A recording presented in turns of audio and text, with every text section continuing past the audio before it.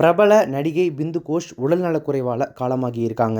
தமிழில் பல முன்னணி நட்சத்திரங்களோட பணியாற்றியவங்க தான் நடிகை பிந்து கோஷ். மனோரமா, கோவை சரளா போல ஒரு காலத்தில் காமெடியில் கலக்கின இவங்க டான்சராகவும் படங்களில் பணியாற்றி இருக்காங்க.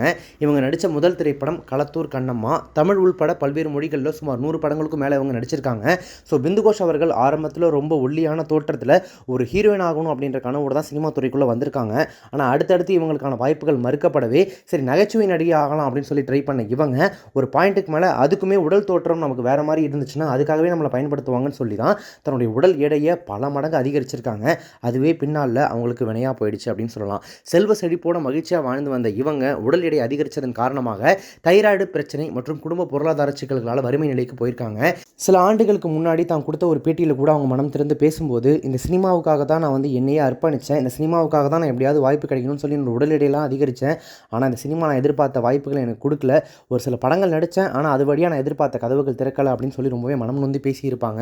இந்த நிலையில் தான் 76 வயதான நடிகை பிந்து கோஷ் உடல்நல குறைபாட்டால் தற்போது சிகிச்சை பலனின்றி உயிரிழந்திருக்காங்க.